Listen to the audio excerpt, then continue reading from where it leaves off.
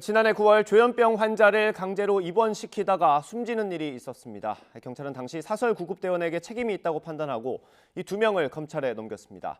하지만 구급대원들은 환자가 강하게 저항해서 어쩔 수 없었다면서 고의성을 부인하고 있습니다. 이 내용 취재한 취재기자 연결해서 자세히 들어보겠습니다. 안동준 기자. 네, 사회 일부입니다. 일단 이번에 검찰로 넘겨진 구급대원들이 사설업체 소속인 거죠?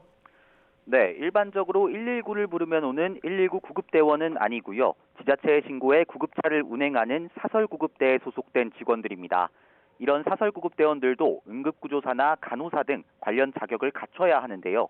응급 환자를 이송하기도 하지만 경찰에 입회하에 정신질환자나 알코올 중독자 등 강제 입원이 필요한 환자를 옮기는 업무도 하고 있습니다.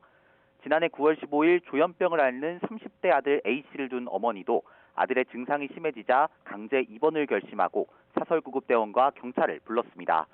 병원에 가자며 아들을 설득해보기도 했지만 A씨가 이를 거부하는 상황에서 70대 노모의 힘으로 건장한 체격의 30대 아들을 병원에 데려가기는 어려웠기 때문입니다. 결국 사설구급대원 2명이 A씨가 자고 있던 2층 방에 들이닥쳤고 강제 입원을 거부하는 A씨를 제압하기 시작했습니다.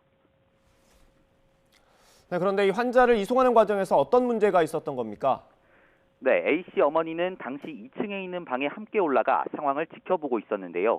A씨가 격하게 저항하자 사설구급대원들은 A씨 어머니에게 1층에 있는 경찰을 불러달라고 요청했습니다. A씨 어머니가 경찰과 함께 돌아왔을 땐 이미 사설구급대원들이 A씨를 제압한 상태였는데요. A씨 어머니는 당시 사설구급대원 한 명이 침대에 뒤집혀 누워있는 A씨 어깨를 누르고 다른 한 명이 양손을 끈으로 묶고 있었다고 기억합니다. 그런데 경찰이 올라오자 사설구급대원들은 경찰에게 왜 늦게 오냐며 화를 내기 시작했고 경찰도 왜 반말이냐며 말싸움을 벌이기 시작했다는 겁니다. 어머니는 당시 싸움이 5분 정도 이어졌다고 보고 있습니다.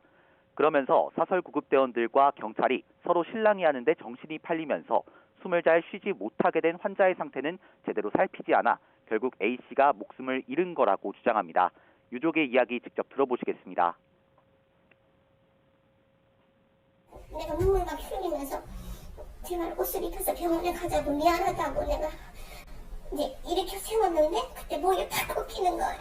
목이 탁 꺾이 입이 까매졌어요. 그냥 그 당시에 제가 눈물도 안 나오는데 아 내가 죽었구나 이런 생각이 드는데. 네, 그런데 이 구급대원들은 고의성을 부인하고 있는 상황입니다. 직접 만나봤다고요? 네, 제가 사설구급대원들이 일하는 사무실을 직접 찾아가 봤는데요. 당시 출동했던 사설구급대원이자 이 업체 대표로 있는 40대 사설구급대원 B씨를 만나볼 수 있었습니다. B씨에게 당시 출동했던 걸 기억하고 있는지 또 어떤 입장인지를 물었는데 B씨는 답변을 회피한 채 급히 자리를 떠났습니다. 직접 들어보시겠습니다. 그분 그때 출동하시지 않으셨어요? 출동한 적 없었는데요.